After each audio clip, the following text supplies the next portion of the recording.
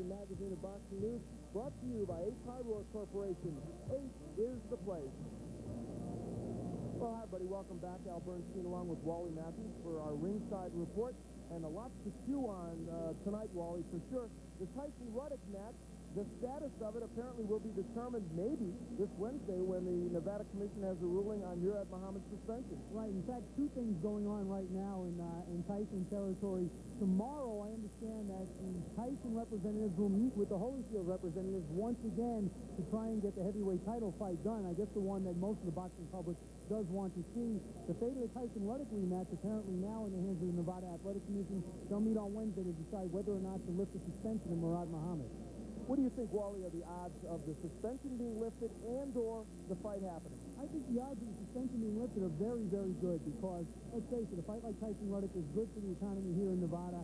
So you would have to think that the fight will take place, that the fight will be cleared the way for the fight to take place. Whether the fight will happen, I'm not sure, because I understand there are other objections from Tyson about actually going into the ring with Ruddock right now. Stay tuned for further developments, as they say. One bout that will happen, and it looks like a very good one, it's just been signed for June 29th. James Toney, the man that just upset Michael Nunn, will be taking on #1 rated contender Reggie Johnson down here at the Hilton in Nevada. That's a good fight. That is a good fight, especially because they're both punchers. You know, we know that Toney can punch out world-class middleweights and start against Michael Nunn. We've seen Reggie Johnson several times here on Top Rank Boxing. He's a good banger with both hands, a strong middleweight. Two boxers who are not especially good punchers, but are great theater. Greg Haugen and Hector Camacho met for the WBO junior welterweight title that Haugen took away from this man, but then they stripped him of it, and there's Greg Haugen. This was a circus, was it not, Wally? It really was. You know, it was a circus before the fight, and it was a circus during the fight. You see some of the sparsity of action. This is maybe one of the better exchanges in the fight right now, and this is probably Camacho's best punch of the fight. That cost him a point at the end of the 11th round. And then actually after the fight, Camacho was so upset that he left the ring before the decision. He actually felt that there was a possibility he might have lost. And worried about that point being taken away, and he entered the ring only to get a tongue lashing from the promoter of the fight, Dan Zuba, saying, obviously, please, don't do that again. Please, behave yourself, Hector. Well, it was a bout in which Hector Camacho ends up getting a split decision and taking his title back. What does it tell us about the future of either of these boxers? Well, I'll tell you what, Greg Haugen's future right now, very, very cloudy. He's been losing most of the big fights he's had. Camacho will go on to a big money fight against a Melzer Taylor or a Julio Cesar Chavez. Whether he still has the ability to win those fights, I'm very doubtful. Who knows? Maybe he can surprise us again. We'll see.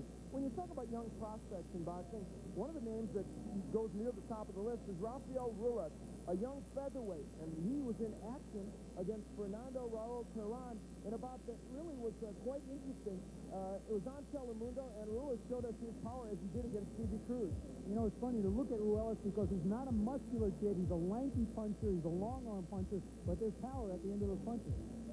And he did away with Terán in this bout, and he's a young man who could be headed for a title shot pretty soon. I'm sure, being well-managed as he is by Dan Goosen, I think that he will do rather well. All right, there you see Rafael Ruiz. He'd like to get to a world title match. A guy who has had a world title before and won one again, Darren Van Horn, who used to be the junior middleweight champion, stepped way up to super middleweight and beat Lindell Holmes in Italy. And you know what? Watching Darren Van Horn as a junior middleweight, I always felt that he was drawn a little bit too finely because he's a tall kid. He's about 6 feet tall. Maybe the 168-pound weight limit will serve him well. All right, well, there's lots of boxing action coming up in the weeks to come, and we'll take a look at our boxing guide. Orlando Fernandez against Jesse Benavides. That's Friday, this Friday in Corpus Christi tomorrow, in fact. That should be an excellent junior featherweight matchup. And lightweight, we're going to see this on ESPN next week, in Shelby, Montana. Todd Foster taking on Tommy Haynes. And also on that card, Scotty Olsen, the Bulldog, taking on Ramon Solis. Scotty's always a good action boxer.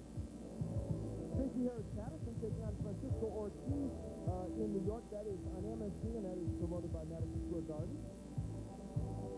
Terry Norris and Donald Curry, that one June 1st in Palm Springs. And very interesting junior super welterweight match that you can see on HBO. Norris putting his WBC title on the line. And Melzer Taylor taking on Luis Garcia on that same card. That for Taylor's WBC super middleweight championship, actually welterweight championship, we should say. And Jeff Harding, the former light heavyweight champion, taking on Bobby Jennings Sunday, June 2nd in Brisbane, Australia. You got to be a brave man to go down to Australia to take on Jeff Haugen. But Bobby Jennings is doing it. Speaking of bravery, Mickey Rourke, who, as you know, is a very fine actor, appeared in Diner, 9.5 Weeks, etc., at the age of 34, is starting tonight a professional boxing career, Wally. Well, maybe he's already seen the script, Al. I don't know what to tell you about that, but being 34 years old myself, I'm glad it's Mickey and not me. All right, no truth to the rumor Wally will be making a comeback, but we have it on reliable sources that there are some promoters trying to make the rematch Mickey Rourke and Kim Basinger. Ringside Report, a weekly magazine of boxing.